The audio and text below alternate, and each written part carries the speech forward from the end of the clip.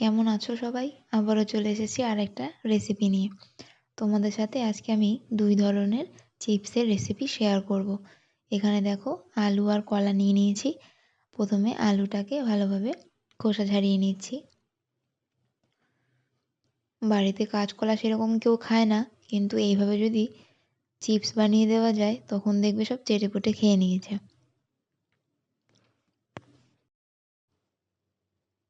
আলুর খোসা ছাড়ানো হয়ে গেছে, এবার কলাগুলোকে কেটে নিচ্ছি। কলাগুলো দেখবে খুব সহজেই খোসাটা ছেড়ে চলে আসবে।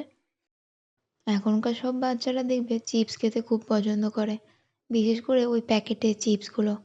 তবে প্যাকেটের চিপসে বিভিন্ন রকম কেমিক্যাল দেওয়া থাকে যাতে দীর্ঘদিন ভালো থাকে। এইভাবে যদি বাড়িতে চিপস বানিয়ে দাও তাহলে দেখবে অনেকটাই খরচও কম পড়েছে, আর দোকানের প্যাকেটের খাবারের থেকে অনেকটা স্বাদও বেশি হয়েছে। এদিকে দেখো কথা বলতে বলতে কলা আর আলুর খোসাগুলো ছাড়ানো হয়ে গেছে। এবারে এই কলার আলুটাকে এভাবে গ্রেট করে নেব।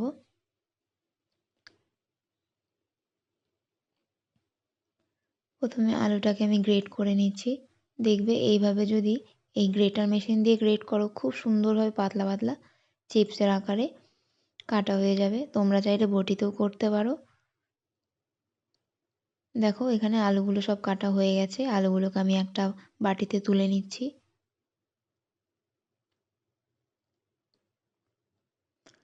আলুগুলো থেকে কষ বেরিয়ে যাবে, সেই জন্য আলুগুলোকে আর এই কলাটাকে ভালোভাবে ধুয়ে নিচ্ছি। এখানে দেখো একটা থালার ওপরে আমি টিস্যু পেপার নিয়েছি, আর এর মধ্যে আলুগুলোকে ছড়িয়ে দিচ্ছি যাতে এর ওপরে যে এক্সট্রা জলটা লেগে থাকবে সেটা যাতে চলে যায়।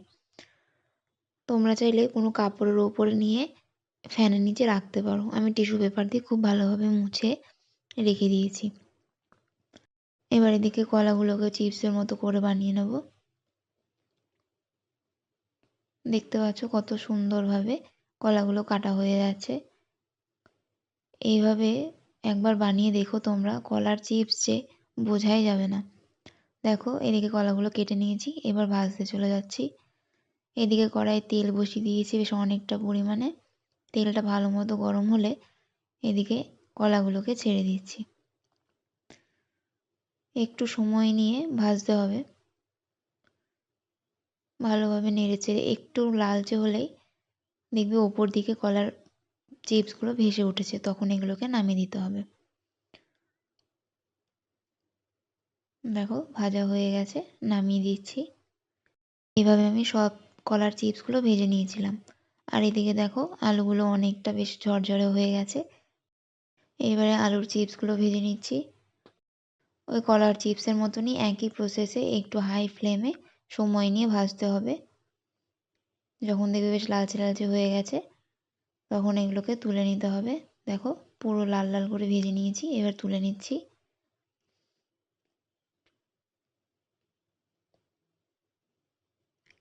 এই চিপসগুলোকে একটা টিস্যু পেপার উপর নামাতে হবে যাতে এক্সট্রা যে তেলটা থাকে সেটা চলে যায়। দেখো এখানে আমি আলু আর কলার চিপসটা ভেজে নিয়েছি।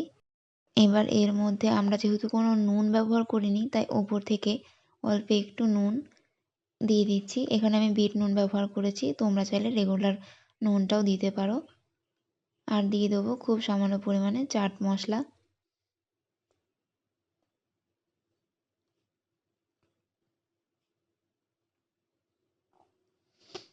এবার এই সমস্ত উপকরণগুলিকে ভালোভাবে একটু মিশিয়ে নিতে হবে। এইভাবে তোমরা বেশ অনেক দিন মতো বাড়িতে স্টোরও করতে পারো, একদমই খারাপ হবে না। আর এইভাবে একবার বানিয়ে খেয়ে দেখো, খুবই ভালো লাগবে। দেখো কতটা সুন্দর হয়েছে চিপসগুলো। ভিডিওটা ভালো লাগলে অবশ্যই একটা লাইক দিয়ে যেও। আজকের মতো এখানেই শেষ করছি, দেখা হচ্ছে নতুন ভিডিওতে।